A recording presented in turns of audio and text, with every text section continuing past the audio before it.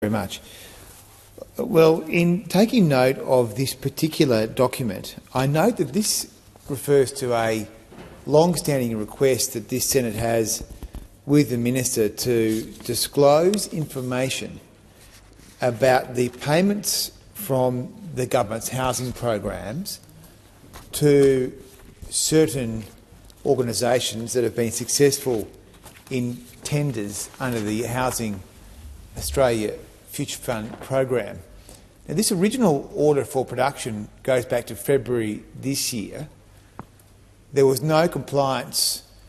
provided, and so there was clerk's advice given to the Minister after the election, and the Minister did provide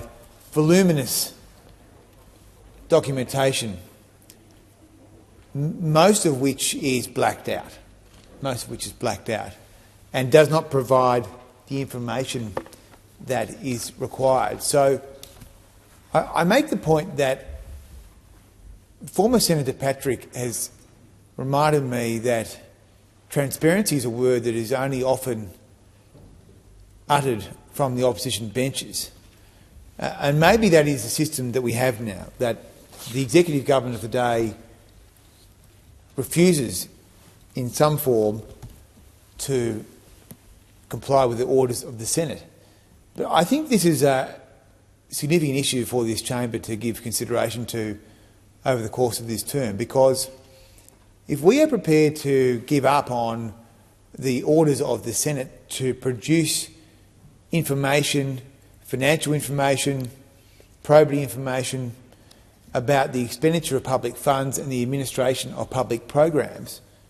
then we are giving up on one of the core functions of this chamber. And we are supposed to be able to discover and to interrogate the activities of the executive. And I fear that unless people have the tenacity to see through to the end, then we will actually be giving up on this chamber's authority, which it is supposed to have over the executive. So I make the point that this is one of many, many orders for production where the government has filed public interest immunity claims or sought other reasons why it should not comply. But in the last parliament, the Treasurer, Mr Chalmers, was found to have made incorrect public interest immunity claims when those same claims were considered by the Information Commissioner. The Information Commissioner found that, in fact, in one particular case, it didn't have anything to do with being commercial in confidence. It was just the Treasurer seeking to cover up secret lobbying by an organisation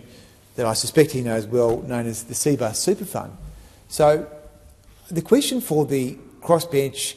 and the opposition over the course of this term is, what are the steps that are going to be taken to ensure that we do get the answers for the Australian people? Because if we give up on trying to get the information on public finances and the administration of public programs, then I really question whether we are doing the right thing by the Australian people and whether it is worth flying down here and spending all these taxpayer funds on having these parliamentary sittings. So we need to think very carefully about the system, because right now, effectively, all we have is a referral to the Privileges Committee if all the other avenues are exhausted, which is could be a very extreme outcome.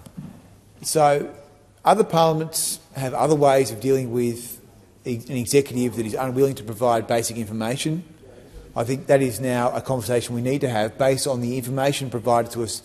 by the Centre for Public Integrity, which has actually analysed all the information between this government, going back to the Keating government, on their compliance rate on orders for production and also their willingness to provide documents under Freedom of Information laws. Now, Malcolm Fraser was quite clear when he introduced the FOI Act that people of Australia will have a better understanding of the activities of the government, and the government will be better if there is transparency. And so the degradation of the Freedom of Information laws under this government and now their proposal to gut the laws really shows the depths that this government has sunk to.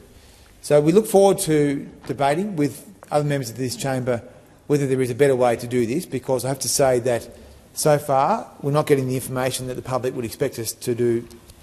receive.